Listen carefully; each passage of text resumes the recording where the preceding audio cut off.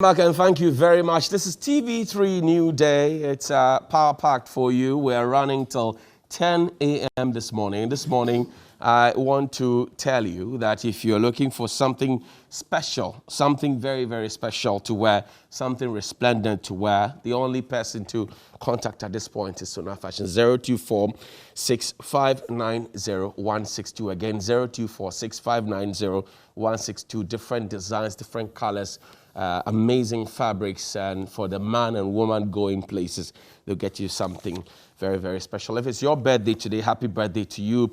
And the Newday Newspaper says government gives approval for payment of school feeding caterers, according to the national coordinator, Dr. Mrs. Gertrude Kwashigan. Researchers to explore how to cure human diseases using cocoa components. Cocoa Board says so. Could you effort of the Cocoa Post, good morning to you. We're willing to participate in Ghana-Nigeria Trade Discuss, GNBC. Government to create 1 million jobs in 3 years. President assures and urges strict adherence to COVID-19 safety protocols. Professor Henson ranked best marketing scholar in Africa. Very well deserved. Black and proud it is. Daily Guide. 2021 Public Office Bill to check corruption.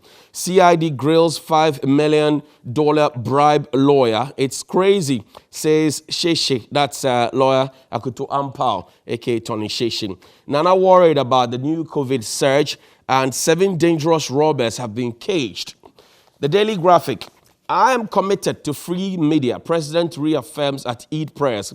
Akutompa responds to Akwesia Frifa, colleague lawyer. Public officers conduct bill will give effect to constitution, according to the Attorney General. Owabi Dam needs immediate dredging, or else what? Well, the Ghanaian Times says President Vib joined Muslim Ummah to celebrate first National Eid-Ul-Adha in National Mosque. And this will be the first time we're getting in there and also having one outdoor as well. At the National Eid-Ul-Adha celebrations, government plots 1 million jobs for youth in next 3 years, according to the president. You saw that video of the politician who took rice to the people, and they rejected it, telling him, we want jobs, not rice. Real Estate Times. Bank of Ghana worried over rising non-performing loans in the banking sector. And also, 25% insurance claims in Ghana are fraudulent, according to the NIC boss. And 0 schools under trees, schools to undergo NASIA inspection process, according to the executive director. The Republic Press, gridlock on Kanda Highway as Muslim revelers scramble to pray in the new mosque. It's a very, very big edifice, beautiful indeed. Professor Henson tops all, ranks #1 marketing scholar in Africa. No decks for Trifo Kotochi DA school kids. And the banner headline, Akufo-Addo's lawyer breaks silence on $5 million bribery saga, but under fire lawyer defense claim. Economy on track, Akufo-Addo says so. And the president requests that the Muslim Islamic clerics will pray for wisdom for him and his ministers to be able to govern appropriately. Adam Agbana is the National Youth Organizer #2. He's a deputy for the NDC.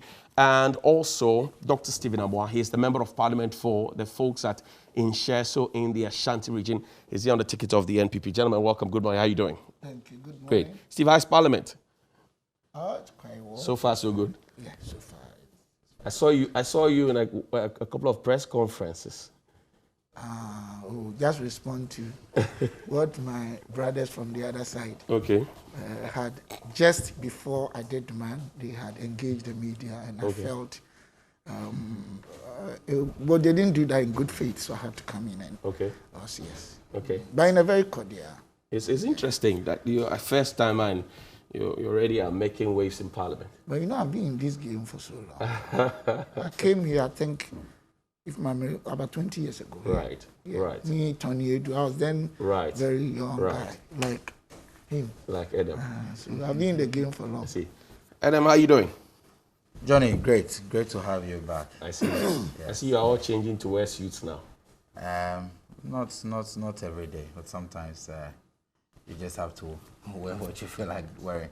But Johnny, today is a very important day for us as a country. Okay. The late Professor John Evans Atamils. Right. Today is his birthday. Right. If he were alive, would have been celebrating him. So it's quite a solemn day for many of us, especially members of the NDC.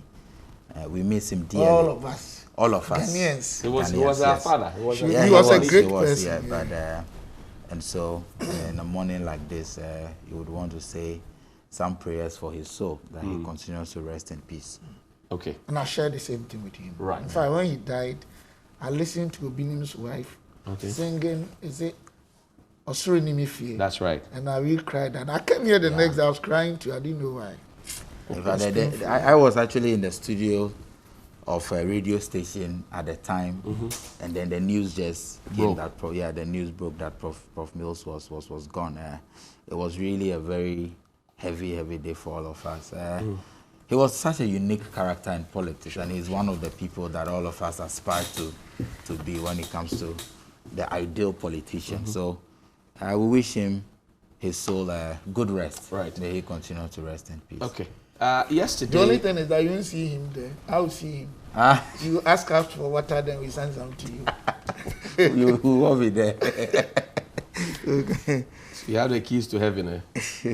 Yes. The IGP has I'm it. praying. I'm hoping it's my desire. Anyway, so yesterday, the Muslim brothers and sisters celebrated the Eid-Ul-Adha. It was, if you ask me, a very, very solemn celebration. And we all know, of course, why it is so, because the COVID-19 vaccine, pandemic is still ravaging.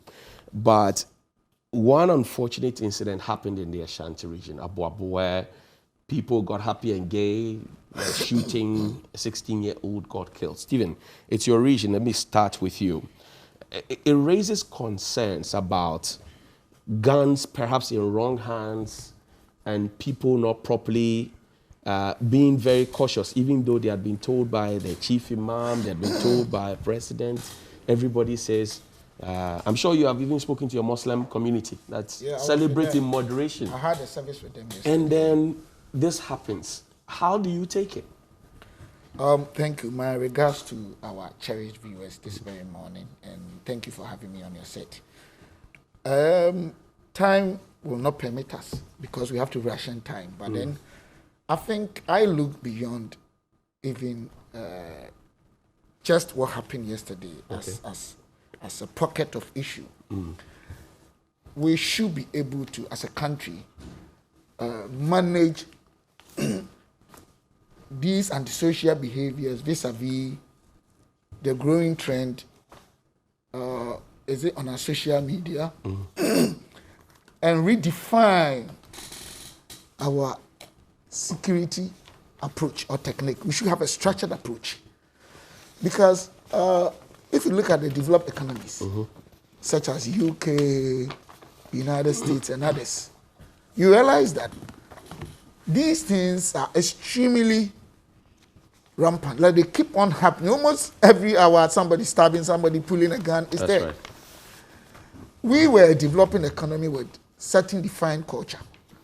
But one thing that we fail to do as a country, not just a government, but all of us, is I think we are finding it very difficult to always position ourselves to meet the dynamic nature of our societal environment. I'm saying this because we need to understand that, yes, these young ones have access to social media now. They have access to the foreign news, incidents, and activities. And for that matter, some of them are going that direction. So what do we do as a state? Tell me. Because this thing, to me, is unprecedented. Anyway, I don't know whether it's happened before. They were not actually engaged in any tussle. They were not even having any problem. They were not fighting. Jubilation.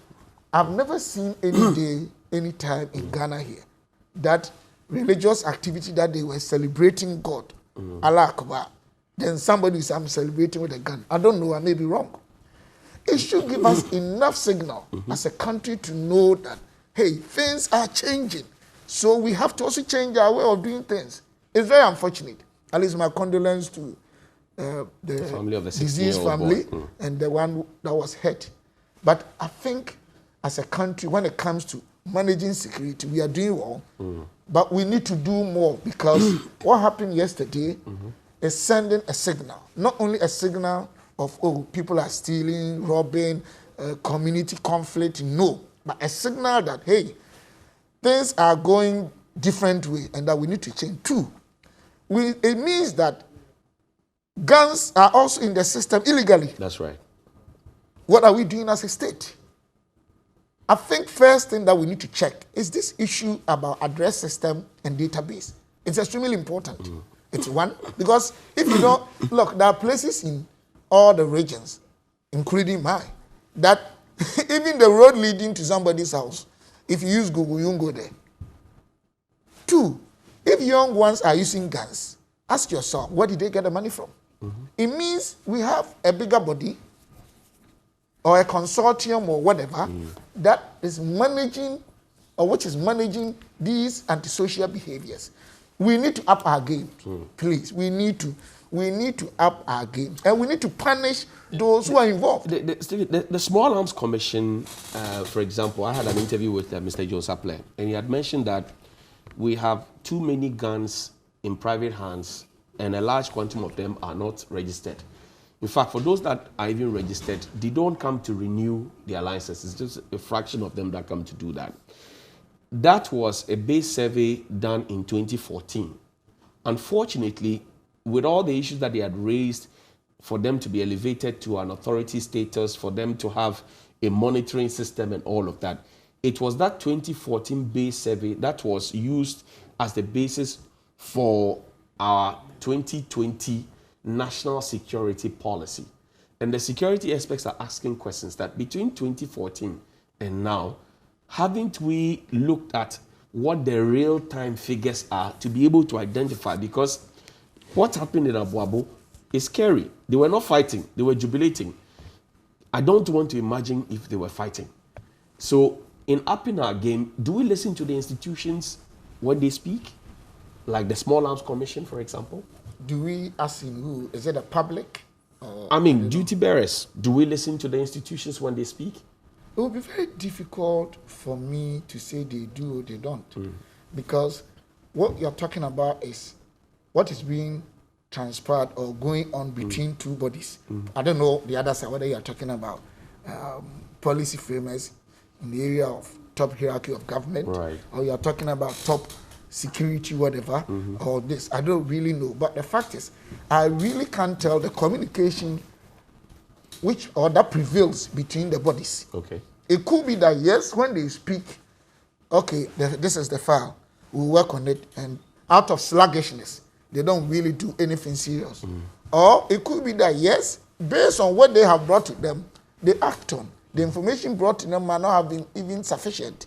It could be that they are even being advised wrongly. It could be that they are being advised correctly, but as you said, they are not being listened to. It's not a priority. We are not, in terms of pecking order, we are not placing the thing on top. Yeah. So there could be other issues that I really don't know. But my fear is that it looks as if Ghana as a country, not just under one region, because these issues, I mean, in terms of insecurity, pulling gas, shooting, it's many times. Years back, a child picked the father's gun and then picked and shot another brother, younger one, and instantly, in Ghana here, it keeps on happening.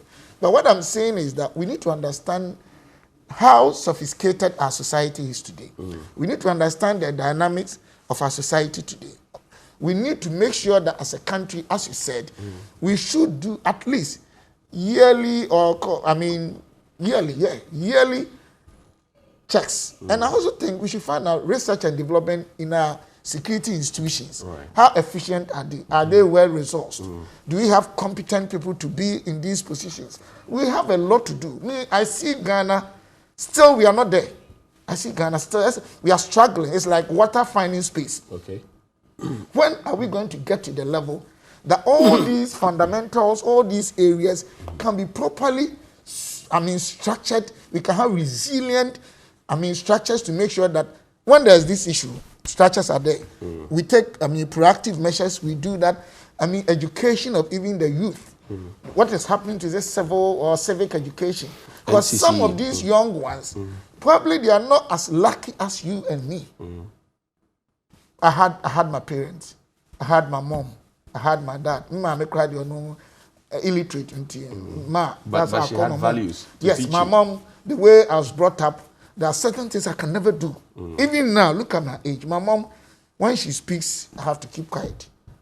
Because the way I was brought up, it will be difficult for me to even pick, no matter how angry I am, pick a gun, shoot my brother, or even slap him. Maybe I'll speak. I have high pitch, high tone. I speak, I show animation, my body gesture. But it will be very difficult for me to even insult an elderly person or a woman. Right. These young ones, some of them were brought up without even fathers. So I think we should have a program for the youth, take them through some of these things that they didn't get from parents to redefine and cite them, and then they are also into drugs. I am telling you, even in my constituency, I have visited, I think, about almost 11 something week camps. We come. Yes, they have ghettos. Almost everywhere, Accra, everywhere, they have it. And now young ones, when they see you, honorable, they cannot even open their eyes. And it's going all over. Yeah, This it's betting, buying drugs, buying tobacco. There are so many things going on in our society today. So even when they are doing some of these things, already they don't have the normal mind orientation or setup. So the country has to realize this and begin to work. Other than that, one day, it will be like US, and even worse than US. Okay. A child will go to school with a gun and shoot almost everybody in the class. Adam, you are Deputy National Youth Organizer of a party, so you deal with the youth a lot. I mean, Stephen does as well. Yes. Is it the value system of a society that's breaking down? Sure. Or is it the failure of law and order agencies? Partly. Or Yes. is it a failure of a national policy standpoint? What is it? What do you see? Johnny, I think that there is a number of reasons that accounts for this increasing gun violence that we see here in this country. I was reading a report by the United Nations recently, and I was shocked to find out that more than 2.3 million people are in possession of firearms. And these are private individuals. So more than 2.3 million Ghanaians privately own firearms, both illicit and then licit. So that's a 2014 base survey I talked about. no, So those are 2014 figures. I'm even read this report cited that it was a 2020 figure. So let's just assume that we are even using the 2020 figure of the 2.3 million. And I'm saying to you that yes, I spoke with Mr. Joe Saple.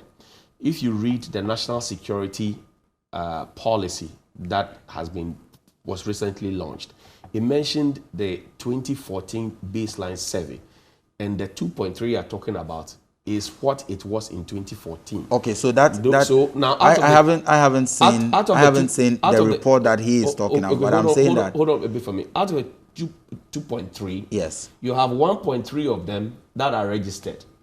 The other 1.3 are not registered. The 1.3 that are registered, you have only about 30,000 coming to renew it every year. Very, very worrying. But I was reading a report by the United Nations under their gun policy. Right. They gave various countries and the statistics, and you realize that in 2012, they said that Ghana had about 500,000 illicit arms registered. But for 2020, they quoted or cited 2.3 million. So I want to even use that as a base. But even if the 2.3 for 2014 is what we are using, it's certainly worrying, and it's disturbing that you have these numbers of firearms in the system, and people, I mean, they cannot be traced because many of such are not registered. It's really a challenge. It's a problem. But again, you ask what is the problem. The problem, I think, is that yes, we have some decay of our value system, all right, but nobody develops a country based on morality alone. That is why the framers of the Constitution know that there will be one or two people who will not want to comply, or who will lose their moral values. And so you put in place law and order in order to regulate and ensure that there is orderliness in the system. But as we speak, we have a problem where it is a fact that our law enforcement agencies simply do not seem to have a way around this gun violence and controlling of firearms. How are you sure about in the that? past, I'm going to give you a number of examples. In the past, you would hear the security agencies ask Ghanaians to come and voluntarily submit their firearms. Right. That system didn't work. Very few people responded. I saw that under Honorable Hackman Oswajima. Great. In the past, we've also seen the police trying to engage in a swoop to see some ghettos, like Honorable said, where you would find people using, they can trace some of these guns and others too. That also really hasn't worked because many of the people who have the resources to buy these guns, because guns very expensive. Many of the people who have the resources to buy these guns are not necessarily the people that live in the ghettos. They usually buy it and allow people, give it out to some of these guys. Sometimes they even rent it out for them to go and use to misbehave. So I think that we must have a national policy we actually have a policy, but enforcing the policy and ensuring that we check these things has become a problem. But again, with the law enforcement agencies, the question is that, as it happened in Aboabo yesterday, very unfortunate. After discussing it on your show this morning, probably it will come up for the weekend discussions, and from Monday, we forget about this issue. Now who caused them? Nobody comes back to tell us that the two people who shot or the people who were in possession of illegal firearms, they have been sentenced to prison for this number of years. And when you go to the communities, they know. Sometimes we see these people, we all deal with the youth. Honorable will admit that sometimes you see some of these guys, you go to them in their ghettos and their hideouts, and they openly display these arms. Some, it has become fashionable for them to dress, and then at their, on their side, you see that they are having these guns. It's a threat to all of us. I always say that issues of national security is not a matter that we should be playing with in this country, because this is how gun violence was in the increase in some other African countries like Nigeria. Before we realized, some of these groups started organizing, and we have the problem of terrorist organizations and all of that. I think that our security agencies should come out and have a very comprehensive plan of helping us to unravel the mystery around these firearms, and then arrest people who are openly displaying these unregistered guns, and then prosecute so that it can serve as a deterrent to the others. In the interim, would you recommend that the police visibility that was started by IGP Alassane also, I think, be brought back? Because it does appear that nearly at every junction, somebody seems to be taking the law into their hands, because I believe they can't find police visibility, and that's been a problem. Would you endorse that they come back? That is one of the ways. I also think that the community watchdog system should be brought back in most of the communities, because you see, when you engage members of the community in protecting the community, they better identify, because the truth is that, like Honorable said, when you go into the communities, they know. Some of them will point out that these are the notorious people we have in our community. So when you reintroduce the community watchdog system, they will be able to also deal with the issue. And lastly, it is mostly about the police, beyond the visibility. The truth also is that many of the police officers, sometimes they are visible, but they know the people, they interact with them, but they fail to take action, because some of them complain that when you try prosecuting some of these people, you have politicians, you have MPs, you have ministers calling on you that, they are trying to save these faces, because many of these young notorious people are beginning to identify with political parties because they think that it is a safe haven for them to commit crime. Thank you. Just 1 minute. if you have, you have. Yes. Then no problem. No, there's a problem, because we need to change the topic. Okay. Because there's this important issue. I'll give you 1 minute. Okay. There was incident in my constituency. Okay. I don't have material evidence. Right. But they said that there was this boy who is known to be very notorious. And the police actually apprehended him.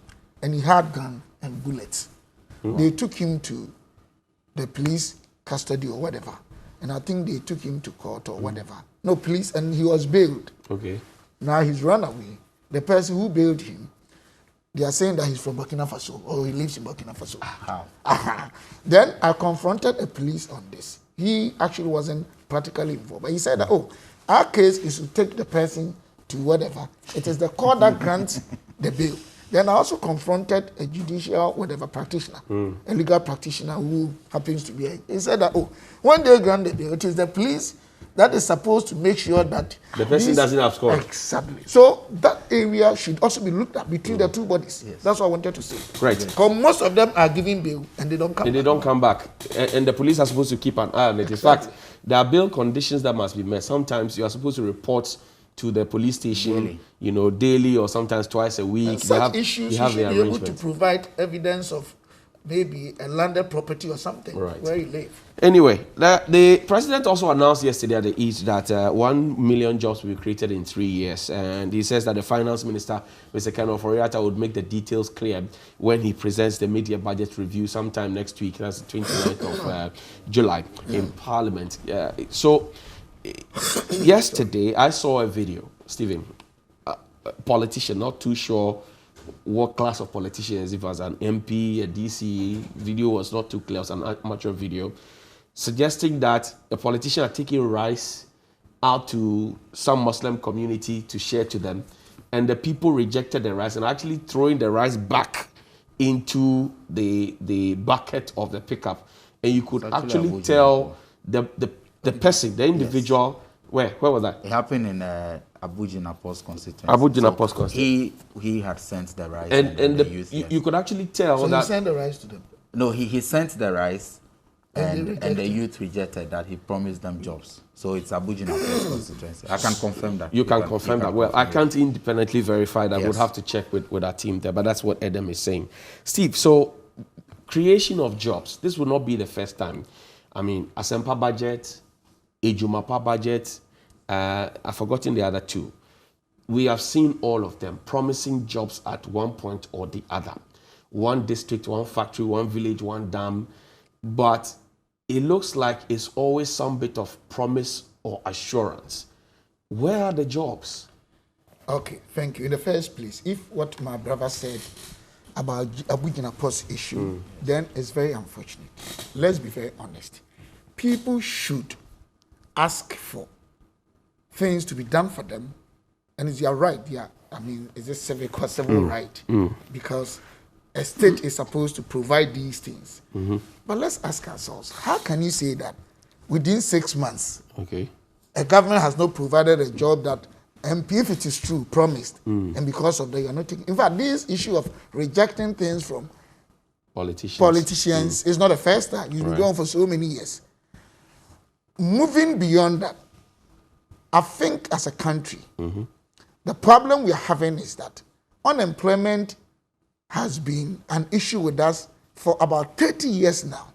We have not been able to provide sustainable jobs to meet the growing population. It's a fact. And sometimes I get worried. This one is not about NDC or MPP. I think MPP, NDC, we have done our best, but let's be very honest. In my opinion, we have not done what we are supposed to do in a way to curtail this problem. Explain. In the first place, we need to create jobs with functional lives of averagely 30 years, 40 years. This is how any serious society, well, efficiently, effectively managed country should manage its industries. 1D1F is doing a lot, but it's not enough. Where are the You understand what I'm factories saying? up? Are all the factories up? Oh, some are up, some are working, some are ongoing. But what I'm saying is that why should somebody finish school after 5 years? He's not getting a job to do in Ghana. Why? We are not on desert. We are a country with about 5 demarcated areas. Forest, semi-forest, savanna, semi-savanna, coastal belt. Right. Each of these segments is endowed with commercially viable wide range of fruits, suckers, tubers, things that do not need complex value chains to process and produce them. And if you decide to even process just about 7 of our national fruits, not in small, like international standard factories, and design the right value chain right from inbound to outbound, where you talk about getting the raw material, transporting them, processing them, packing them, labeling them, selling them. You need an IT, you need admin, you need finance. I can tell you, even Burkina Faso, Burkina Faso will come to Ghana and work. But where is the enabling environment? Where You understand is me? the capital? Where is the governmental push? Thank you. Now you move to capital, which is one factor. In the first place, what we need to do as a country should be able to provide one enabling environment in the form of making sure that our entrepreneurs and investors, they are also not also good at all. How many factories are existing right after Kwame Nkrumah? How many of them? Sometimes we only look at the systematic, the bigger picture. But even investors in Ghana, so it's one area. Two, you're talking about capital. That's right. A country that governments, not only one government, borrows on the capital market at a higher interest rate than the risky assets, private sector. In fact, it's only Ghana I know. At least by the grace of God, I've done PhD up to finance level. T-bills are giving returns more than risky assets. And it's not only under NPP or NDC, it's been there. How can fiscal investors, those who create value chains, how can they get adequate funds? And even if they will get interest rate, will continue to be double digit. So there are a lot of fundamental anomalies or anomaly in our country that we need to fix. What is your government's master plan to try to turn us around onto the path of glory, our government master so that plan young is people will not... Our government master plan is that hungry. one, talking about jobs, ability is important. And that is why our government decided to make sure that every child will be in school. Two, under our government, if you want to go, my government, even 2016, you can check with any bank, interest rate was hitting 40%. Now you can get some at 22%. Cheaper cost. But are the people going for the loans? Because if you make but should somebody push somebody to go for a loan? But Stephen, How can I answer this? Stephen, you're a businessman as well. I know you farm as well. Yeah. If the loans are at a cheaper rate, and for example, I am planting oil palm, and it takes 36 months for the oil palm to run through gestation to produce. And the bank is telling me that I need to come and pay the loan, start paying it in 6 months. Okay, then the bank is not responding to me, who wants to go into oil palm. I understand your point. So that the interest rate may be low, the capital may be sitting there, but it is not attractive to me because when I pick it and they start demanding in 6 months, I can't pay back. If the interest rate today is not low, it's not competitive within the sub-region. But I now get your point. Right. But when you say, are people going for, I was thinking like, maybe government should do something to push them. But now I get your point. Where I agree with you is that our loans culture is the short term, which doesn't support our entrepreneurial framework or effort. Okay. It means there's a problem within our ecosystem. So far as investors, entrepreneurs, funds, cost of them, accessibility, even criteria, reaching it or getting it, moratorium, maturity, I get your point. Right. And that is why we need to redefine our corporate focus as a country. We need to understand our investment culture and define models that will create opportunities in terms of accessibility, in terms of long-term loans, because most of our guys are into the agricultural value chains or segments, which of course, as you said, even maize, it will take about 1 year. If you want to get good money, you have to store it for some time. Right. And you need money. So what you are saying makes sense. But sometimes the industry players themselves, if T-bills, let me ask you, T-bills can give you our 20, even now, per annum is 14 point something. Which bank or which investor will forgo that and come and give money for it to you or even to the banks? So economically, fundamentally, the financials are basically wrong in our country. We need to fix all these things. And our people themselves, the youth, you see, I'm not saying this to create politics, but I was the first person that was sacked. I was, when NDC came 2009, is it March or February? Straight up, I went into farming. I was growing, doing mixed cropping, and then palm. Then I went to tech after about 2 years to go and do lecturing, part-time lecture. And now I set up office to do consultancy. Do you know that now, you come to my house now, I have Zentex palm oil certified by FDA, and I'm making money. Do you know that if you grow even 100 acres of maize, the money you will get, yesterday, but that's because you had worked somewhere, you had gotten money to be able to invest. When I was going to farm, I wasn't having money. You didn't have money at all? No, even the land. I was driving from Kwasi to Accra, asking people to give me land on equity basis. Okay, so maybe I'll ask you a final question and bring Adam in now. You have had 4 years in government. This is your 5th year. all these fantastic things you are telling me, why haven't your government implemented them? So the government is implementing a lot of them. So that we can have it be history that people are starving, people can find jobs. But I said some of them. In the first place, development is a process. You cannot change 60-year, 70-year, 30-year problems just like event. It's not event. So my government came in.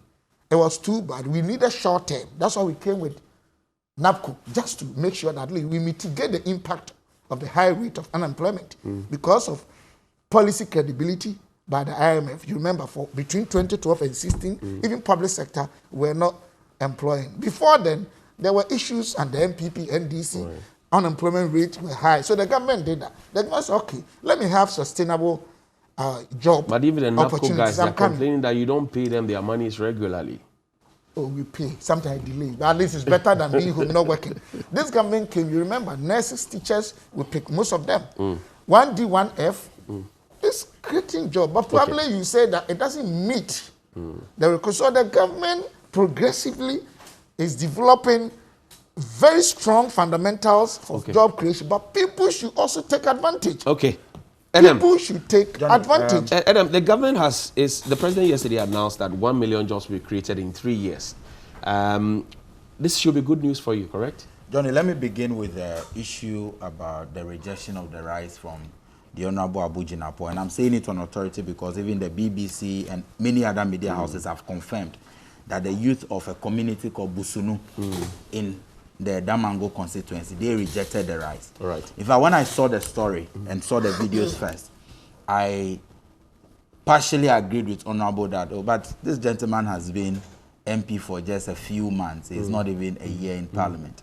But I decided to make contact with some youth in his constituency. So what did you find? And what I found out was that in the run-up to the elections, he was virtually on a promising spree. That when he got to that community, there were communities he promised that when I win and when President Akufo-Addo is retained, within 2 months, I'll pick 100 youth from here into youth employment, into this, into all of that. And after he won and he's become a minister, the youth, according to them, have not seen him in the community. Well, did you contact him? So he sent the rice. No, I mean, these are stories that the media should be interested. So he sent the rice, and that is why the youth rejected it. But granted. Okay. Now, on the issue about the 1 million jobs. This is Adam's account. This is, as I said, I've been off duty for a couple the place of days is Busunu. in my sanctuary. We'll have to do the checks later. Maybe call Abu. He's very receptive, so maybe call him and have a conversation with him. Now, on the 1 million jobs, Johnny, to be very, very sincere with you, I am among the millions of Ghanaians who don't take the words of our president, promises of our president serious. Why? Especially when it comes 1 million jobs in 4 years. Especially when it comes to... He says in 3 years. You say you don't trust In him. 2016, the NPP's manifesto was fundamentally on jobs. In fact, the theme of their manifesto was that change, an agenda for jobs. That's right. They promised 1 district, 1 factory. They went to the extent of bringing out a chart where the various districts, the companies that they intend, the factories they intend to build, the number of jobs that they expect with a Ghana map and all of that. Such a beautiful chart. It ended up as a beautiful lie. As we speak, how many of the districts in their 5 years have we seen these factories spring up? There's and in no fact, factory in your when district. you go back, there's no factory in my district. When you go back into the chart, they are not even going by that blueprint. What they are doing virtually now is to be out there fishing for individuals and reviving. In fact, they will go give some stimulus package to existing factories that are as old as Adam. Then they come and outdoor it as 1 district, 1 factory. Clearly deceptive. That is not what they promised us. This is the same president who, in the heat of COVID, made an announcement, presidential announcement, that he was building 88 district hospitals and construction was to begin the following day. As we speak today, not a single block.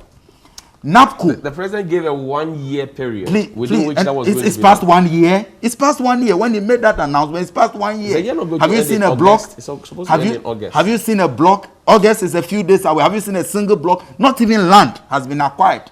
When it comes to job, they were boasting about NAPCO. NAPCO, as we speak, Ask the NAPCO recruits. In fact, sometimes for 4 months, 5 months, they are not paid. Apart from that, when the NDC promised sustainable jobs in 2020, their response was that they were going to retain all NAPCO recruits. Then they got the GRA and some institutions to deceive the NAPCO recruits by issuing letters promising them that they are in the process of retaining When you them. say deceive, what do you mean? I can give you GRA just as an example. GRA, for example, sent an internal memo on the 3rd of November. You can check where they told the NAPCO, they told the HRs of the various departments that begin the process of recruitment as we speak today. Not a single NAPCO recruit has been retained on the permanent basis because they wanted their vote. That is why on the 3rd of November, I know that I can produce the letters for you and your production crew to see. Apart from that, they kept making so much noise about the planting for food and jobs. Just 3 days ago, the agri minister told us that planting for food and jobs is on life support. So, if in 4 years, the programs that you introduced, supposedly to create jobs, they are even on life, they are on life support. You cannot find money to finance them. What 1 million jobs is President Akufo-Addo talking about? For example, in the first year of planting for food and jobs, the Honorable Minister for Agri had mentioned that 745,000 jobs had been created out of planting for food and jobs. And I'm saying that... At least that's something, isn't it? You see, one of the problems I have with you in the media is that when everybody has problems with that. Yes, Johnny, when government officials make some of these announcements, go and investigate.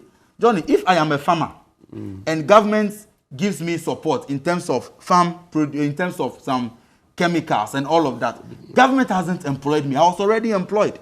They were on a fishing expedition to the extent that even me, my little farm that I have in my village, I went there, took a picture, and the following morning, the picture was all over the place that I was a beneficiary of planting for food and jobs.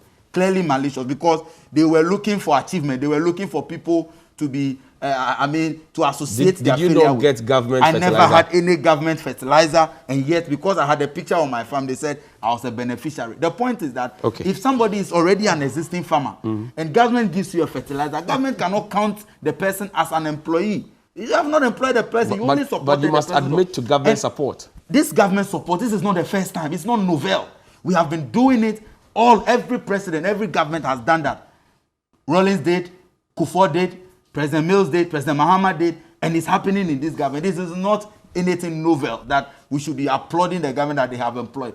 My point is that even the programs that you introduce, you are not sustaining them. It is collapsing. You cannot pay them. And you are making huge announcements. It appears to me as though anytime President Akufo-Addo sees a crowd, he wants to say something that they will cheer him. Really? So we are going to create 1 million jobs. Even the ones you introduce, you cannot support them. You cannot pay them. You have a side in Parliament. This will be presented in Parliament. No, but so that your side can raise these issues you are raising. They will raise it, but where does it? You know how it is that in Parliament, it is going to be in the mid-year budget when they come and they announce, like you said, a Jumapa budget, a Sempa budget. Okay. This is the first time you are hearing President Akufo-Addo promise this. He clearly says things just to get applause. He doesn't mean it. He doesn't have the resources for it. There is no policy behind it. There's no plan. Let's stop deceiving young people the of this messages country. She's going to read. Cookie, welcome back. Thank you. Yes, Thank you. First message is for the three of us who always start the show. Okay. And it says, Johnny, Bella, and Cookie, you people should be careful. I am afraid for you people because I always enjoy your show, but the way things are going now, Anyway, thank you for the advice. We wish we could do otherwise, but the pressing issues in this country doesn't allow us to do so. But anyway, we move on. And this one wants to talk about security. And it says, matters relating to security are key to national development. Now, it's one of the issues that must be of concern to any sitting government, any political administration that is able to handle matters relating to security indicates that that political administration is a thinking government, although it is one of the difficult areas to tackle. I think it's about time the sitting president devoted most of his resources, time, money, efforts to handle matters relating to security, because it is the duty of the president to make sure that the citizenry are protected. Aaron Babako Kokomisa sent that one from Latebiokoshi. Good morning, Johnny. Most of the guns in circulation are locally manufactured and can't be registered. That is what is used in committing most crimes. Secondly, the aged must give way to the youth. It's about time we amended the Constitution. Domingo Jokoto, Su sent in that one. Good morning, Johnny. I have personally missed you on set. All the same, welcome back. And I really appreciate how passionately you talk about national issues. This government has really failed the youth because appointments are rather given to the aged. Godwin Ashley from Bebeise in Dansuman sent in that one. Good morning, TV3. In this Ghana, just a few politicians attempt their political promises approximately 50%. Well, that's what Ben from Sampa Bono region is saying. The last one says, okay, let me just close that. All right. Now, it says Chachu Chikata went to jail for 230,000 Ghana cedis. He had invested GMPC money in agri businesses that failed. The health minister's scandal does in the region of 170 million, and he's at post 6 hours after he confirmed making a mistake. Our health minister is liable for prosecution. I only hope it doesn't end from his apology, or he means it doesn't end at his apology. Julius Agaoa sent in that one. Thank you very much, Cookie. Grateful. Steve, you wanted a bite on this one quickly. How could it be quickly when, in the first place, our time is up. That's 232 projects are ongoing. 1D1F. At different stages, the president yes. said, hold on. So let's do the clarification well. Let me finish my statement because you say I have only 1 minute. Right. 76 completed. Okay. From scratch. I'm coming. Yes. Then GRE, go and check, please. What he's saying is a lie. And Maslow, I was there. Some NABCO guys were actually converted into full-time and regular jobs. You cannot come and sit here. That was before you left? Yes. Okay. And I can give you names. Welcome. Now, it's not my head, but I can bring there. You go and check. Okay. What I'm saying is that, please, I was working there. If I provide a name and you're lying, let's put something on. You see, you can't come and say things you don't know. You want to bet on my show? So the Ghanaians will know who is speaking the truth. I thought right now you were talking about betting. That's what I mean. Don't joke with this. I was talking about betting. No, Adam, allow. Our time is up. So those under 18. Don't go. We are talking. It's serious because you want somebody to use your platform to lie to Ghanaians. I was seeing you. I'm saying that some of them have been converted. How many did you convert? I can't give you the figure, but at least some of them have been converted. But you were CEO. At least if you don't have the names, you would have the numbers. I'm saying I can't give you the number, but I can send you names. You don't remember the number of people. Why is it that when he made all those allegations, you never even push him to say anything? I am saying this. Joe, don't do this on your show. No. He said all this. No, stop. Stephen Amoa. This gentleman said all sorts of things. You never ask him questions. No, you never ask him any questions. Can I put my question? Can I put my question? I am telling him, you are saying that he mentioned, and he says that nobody, at least we know that 97,000. Hold on. Why is it that only my 1 minute you are doing this? Can I place the question? I'm saying I will give you time. Stephen, can I place my question? Thank you. He mentioned that none of the NABCO beneficiaries, at least we know from the last count that Mr. Kenofureta appeared before Parliament and spoke under oath, that is 97,373. He said none of them. I couldn't have asked him to give me the details of 97,373. But you, as former boss, you as former boss, I asked him if he was sure. He said he could give me letters from GRA. Oh, no, I asked him that. Anyway, let me tell you. He that is saying that. Is it not NDC that even cancel teachers and nurses allowances? Is it not NDC's inability to manage this state that for about 4 or 5 years, public service, we didn't have to, at least, NABCO, even if it's not good, it's better than none. Okay. They couldn't do anything. Okay. So we did. I need to get your word on this one. The last texter mentioned the health minister. I'll give you a minute as well. Okay. The last texter mentioned the health minister. The health minister mentioned, you're a member of parliament. He mentioned that he didn't come to parliament for approval on the Sputnik V vaccine.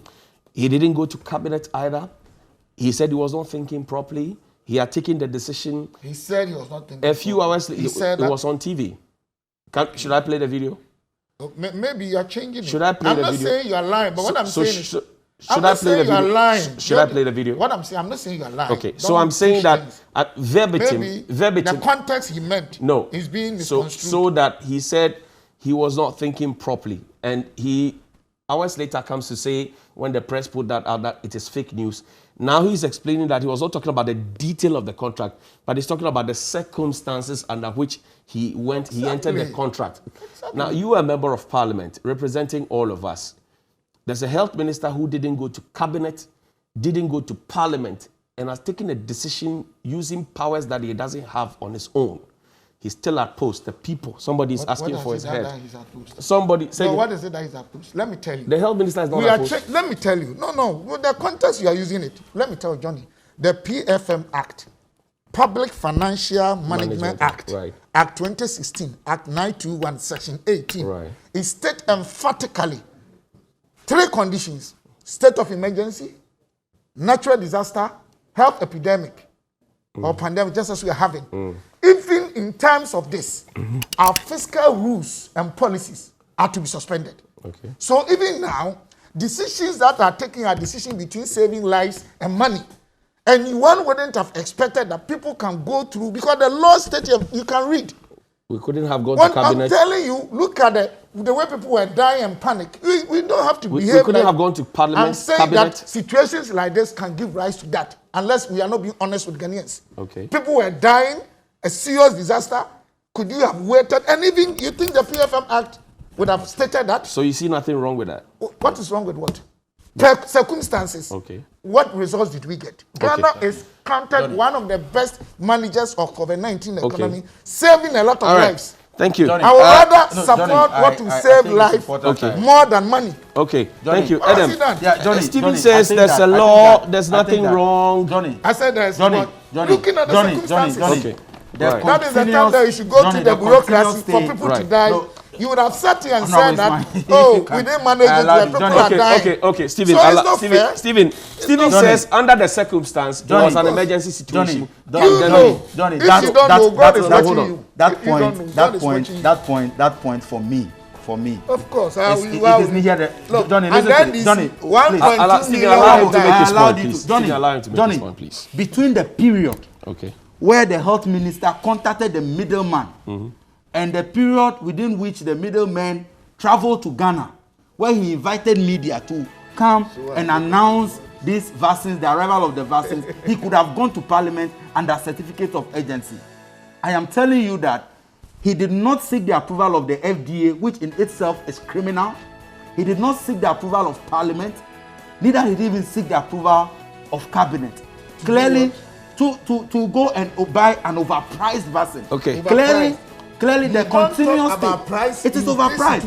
$10 and $19. You would have I'm telling you that. $100. Thank you very much, gentlemen. Thank you. Johnny, the health minister must resign. The health minister has no business He's not going to resign today. Eric Adam Agbana is the Deputy National Youth Organizer of the NDC.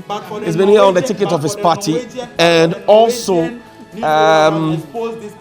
Stephen Amoah, Dr. Stephen Amoah, he is the member of parliament for the Nshiazu constituency in the Ashanti region. Gentlemen, thank you very much indeed for your time. Matter is ongoing. We will give you the details as we travel along. So now, fashions and the first class fashion and design is in Tamale. And for all your best outfits, you contact them on 0246 590 or you can just walk into their showroom at America Hotel, Kuko in Tamale for something special. They deliver across the nation and internationally as well.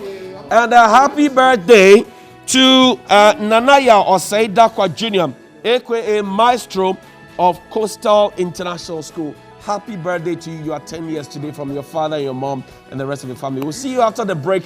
And thank you very much for all the goodwill messages. We'll see you after the break.